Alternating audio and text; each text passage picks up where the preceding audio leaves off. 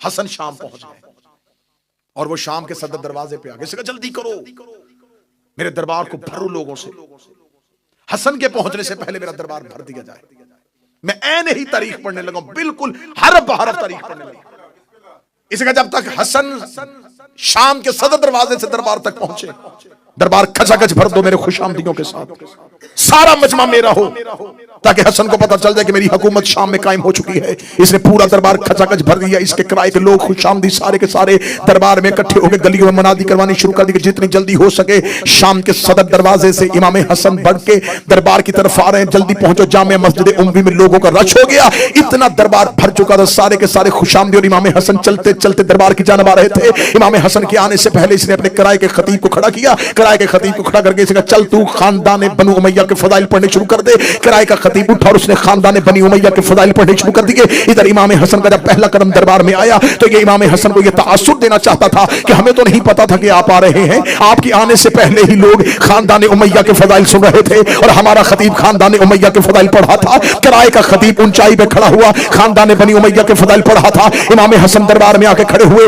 लोगों ने तीखी नजरों से हसन की तरफ देखा और इमाम हसन की तरफ कोई तवज्जो न की। किसी ने इमाम हसन को कुर्सी न दी, किसी ने इमाम हसन के लिए रास्ता न छोड़ा। सारे खानदान बनी उमैया के फजाइल उठ उठ के दाद दे रहे थे, तहसीन की आवाजें आ रही थी, वाह वाह मरहबा की सदाएं आ रही थी। इमाम हसन ने जब वो किराए का खतीब बैठ गया, इमाम हसन चलते चलते उस मकाम पे आए जहां पर मुआविया बिन अबू सुफियान बैठा हुआ था। इसने उठ के अपनी आवाज को ठीक किया और ठीक लगे गए, ऐ अबू तालिब का बेटा, ऐ अबू तराब का बेटा, ऐ अली का बेटा, आप कब आए मेरे दरबार में? मैंने तो आपको आते हुए नहीं देखा, आप कब पहुंचे हैं? इमाम हसन ने कहते मैं उसी वक्त पहुंच गया था जब तेरे किराए का खतीब तेरे खानदान के फजाइल पढ़ा था। ये मुस्कुरा कर सुन लिए आपने मेरे खानदान के फजाइल। इमाम हसन ने ऊंचाई पे खड़े होकर पूरे शाम के जामिया मस्जिद उम्वी के खचाखच मजमे में कहा, ऐ मुआविया बिन अबू सुफियान, मैं हसन इब्ने अली अपनी मां ज़हरा से लेके हव्वा तक और अपने बाप अली से लेके आदम तक एक एक का नाम और किरदार पढ़ता हूं और ऊंची आवाज में पढ़ूंगा।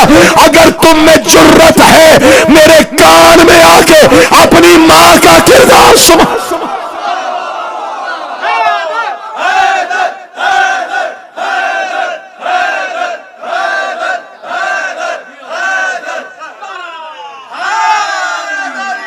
मुझ पे फख्र मुबाहात करने वाले, ऐ मेरे खानदान पे फख्र करने वालों, ऐ मेरे खानदान पे फख्र मुबाहात करने वालों, कान में आके पढ़ो। दरबार में सन्नाटा तारी हुआ, खामोशी तारी हुई, खामोशी का तारी होना था। इमाम हसन ने यूं मजमे की तरफ देखा, पहला ही जुमला इतना सख्त था, लोगों ने कहा ये कौन है जिसने दमिश्क के हाकिम को इतना बड़ा जुमला कह दिया? हाकिम अभी तख्त पे लर्जा बर आदम था और चेहरे पे मौत की जर्दी थी। इमाम हसन ने कहा जो मुझे जानता है वो जान ले, जो नहीं जानता वो सुन ले, अना हसन इब्ने अली, मैं हसन अली का बेटा हूं, मैं अबू तालिब का बेटा हूं, मैं ज़ुर्रियत इब्राहिम हूं, मैं नस्ल इस्माइल हूं, मैं शजरा तैयबा का समर हूं, मैं फर्जंद इब्राहिम हूं, मैं फर्जंद इस्माइल हूं, मैं सफा का बेटा हूं, मैं मरवा का बेटा हूं। इतना कहते कहते इमाम हसन के जुबान से जुमला निकला, मैं चाहूं तो इराक को शाम कर दो, मैं चाहूं तो इराक को शाम कर दो, मैं चाहूं तो दिन को रात कर दो, मैं चाहूं तो रात को दिन कर दो। पीछे से बंदा मजमा चीरता हुआ आगे बढ़ा और आगे बढ़ के मा अकाला हक का हाफिज सालिक, तू वो क्यों कह रहा है जो तू कर ही नहीं सकता? इमाम हसन ने तीखी ही नजरों से पीछे मुड़ के देखा, फरमाया शर्म नहीं आती औरत होके मर्दों में खड़ी, औरत होके मर्दों में खड़ी है। फौरन जिस्म के खदोखाल तब्दील हुए, हयत बदन तब्दील हुई। इनकलाब ईरान के बानी आगा खुमैनी ने एक तफसीर लिखी है कुरान की। उन्होंने अपनी कुरान की तफसीर में सूरह यासीन की इस आयत में इन्नमा अमरुहु इज़ अरादा शैअन यकुल लहु कुन फयकून, इसकी तफसीर करते हुए उन्होंने कहा कि अल्लाह कहता है कि जब मैं किसी चीज का इरादा करता हूं, मैंने हवाला दिया है, आगा खुमैनी ने अपनी तफसीर में लिखा, उसने कहा जब खुदा किसी चीज का इरादा करता है तो खुदा कहता है जब मैं इरादा करता हूं तो मैं कहता हूं हो जा तो वो हो जाती है। फिर उन्होंने इसके आगे तफसीर में लिखा कि ये बात मखलूक को समझाने के लिए है, वरना अल्लाह के इरादे कहने और होने में फासला नहीं होता। उन्होंने कहा अल्लाह के इरादे में कहने में और होने में कोई फासला, कोई वकू नहीं होता। उसका इरादा ही उसका कहना है, उसका कहना ही उसका होना है, उसका इरादा ही उसका कहना है, उसका कहना ही उसका होना है। ये तफसीर हो गई कि अल्लाह का इरादा अल्लाह का कहना है, अल्लाह का होना है। मैं मर्जी के चौक में अपनी जुबान कटवाऊंगा। हसन ने शाम के दरबार में मुसल्ला बिछा के 2 रकत नमाज पढ़ के दुआ नहीं की कि मेरे अल्लाह इसे औरत कर दे, मेरे अल्लाह इसे औरत कर दे। हसन ने कह दिया, वो हो गया।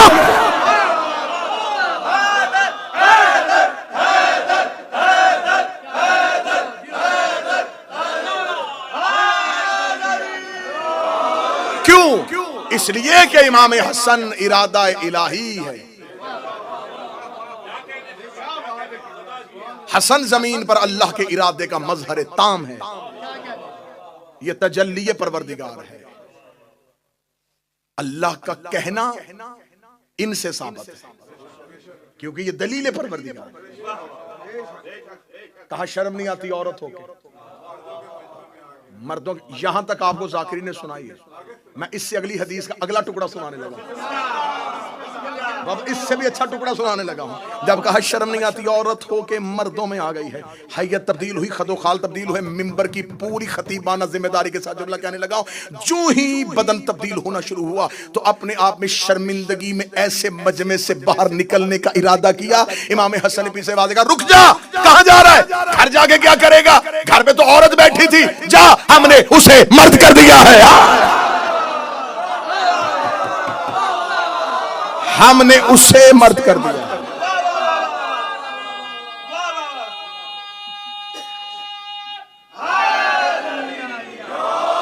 आज से वो हाकम, तू महकूमा। आज से वो हाकम, तू महकूमा। इतना इमाम हसन का कहना था। अब पूरे दरबार में जब लोगों ने मोजज़ा देख लिया, अब एक मर्द को अभी अभी जिसने औरत बनते देखा हो, अब दूसरे की हिम्मत है? बिल्कुल खामोशी तारी हुई। जब बिल्कुल सन्नाटा तारी हो गया, हैबत हसन, हसन की हैबत ने शाम के महल को ऐसे पत्थर का कर दिया। अब इमाम हसन की आवाज जामे मस्जिद उम्वी की दीवारों से टकराई। फरमाया, सुनो,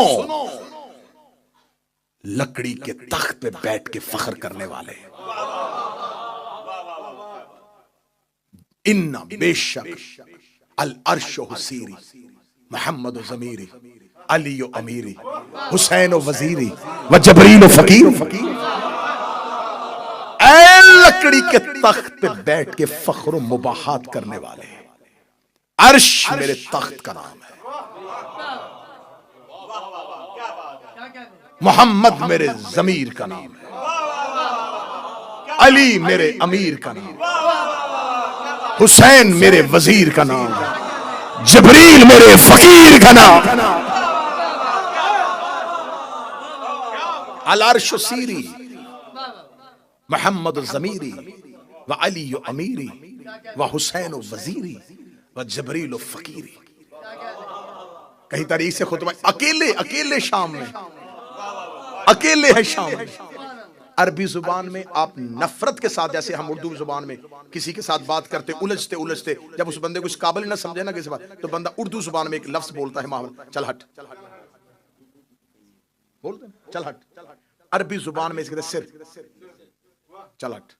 और अगर सामने औरत हो तो उसको सिर नहीं, सीरी, सिर कहा जाता है मर्द के लिए, सीरी कहा जाता है औरत। चल हट, मर्द हो सिर, औरत हो सीरी। अब आखिरी सतर है और जुमला आपने ऐसे वसूल करना है जैसे जुमले का हक बनता है। मेरे मौला इमाम हसन ने शाम के दरबार में खड़े होकर, अल अर्श सीरी, अर्श मेरा तख्त है, मोहम्मद ज़मीरी, मोहम्मद मेरा ज़मीर है, व अली अमीरी, अली मेरा अमीर है, व हुसैन वजीरी, हुसैन मेरा वजीर है, व जबरील फकीरी, और जबरील मेरा फकीर है। ये कहना था या मुआविया बिन अबू सुफियान इमाम हसन के बिल्कुल सामने आके खड़ा हुआ। उसका दरबार में तो किसी की जुर्रत नहीं कि हसन के जुमले को काटे। वो सामने आके खड़े होकर लगा, ए हसन, तूने मदीने से आके शाम में फसाद फितना बर्पा कर दिया है, तूने मेरे दरबार की हैबत को तब्दील कर दिया है। क्या तू भी अपने बाप की तरह मोजे दिखा के अपनी हुकूमत साबित करना चाहता है? इमाम हसन ने उसी लहजे में कहा, इस शे तो असीरी, पीछे हट या कहूं सीरी।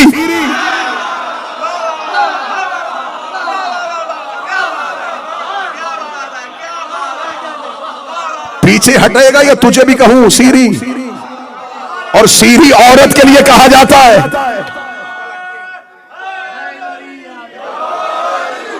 रास्ता छोड़ या मैं कहूं सीरी।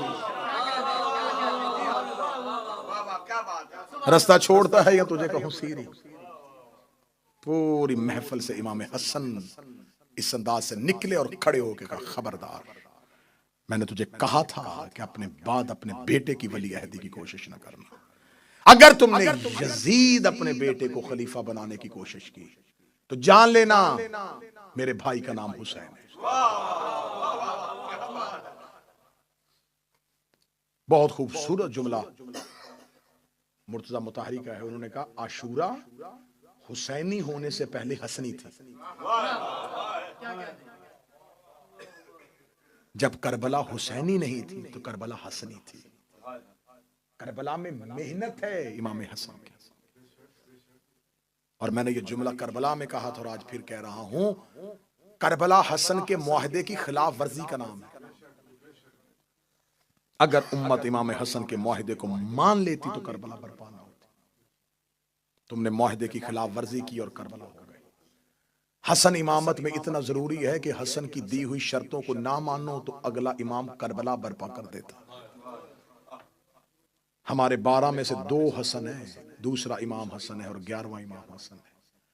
उस हसन के बाद भी इनकलाब है, इस हसन के बाद भी। लेकिन फर्क है, वहां इनकलाब था, यहां इंतकाम है।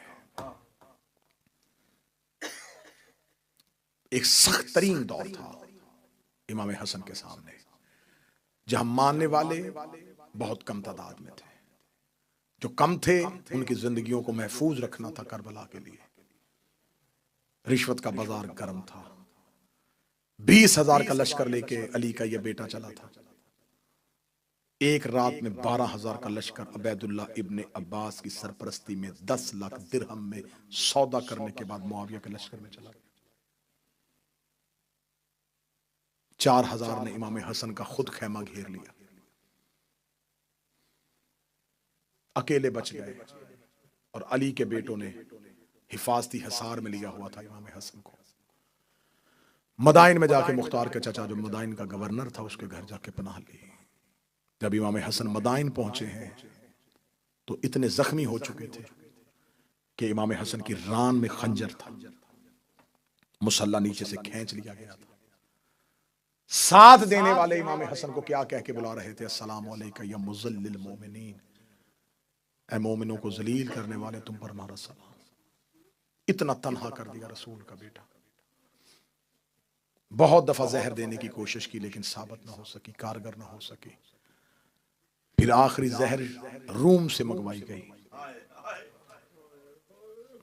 जमुर्द की जहर थी, सख्त इतनी थी कि इसके बारे में कहा जाता है अगर इसका एक दिन का इस जहर का एक तालाब में फेंक दिया जाए तो उस तालाब के सारी मछलियां और आबी जानवर मर जाएं। अगर दूध देने वाले जानवर के सींग को लगा दिया जाए तो वो खून देना शुरू कर दे। ये जहर रोम से मंगवाई गई, शाम से। अशस बिन कैस जो दुश्मन अली और दुश्मन अहले बैत खानदान था, जिसके बाप ने इमाम मौला अमीर अल मोमिनीन से जंग की और इसके दोनों बेटे करबला में। इसका एक बेटा जिसने हुसैन का मुस्लिम दारुल उमारा से गिराया था और दूसरा वो जिसने करबला में हुसैन के पहलू में नेजा मारा था। अशस की बेटी जोदा, इस तक जहर पहुंचाई गई। अगर तू ये काम कर ले तो लाखों दिरहम और यजीद के साथ तेरा अक्द और तुझे मुमलकत इस्लामिया की मलका बना दिया जाएगा।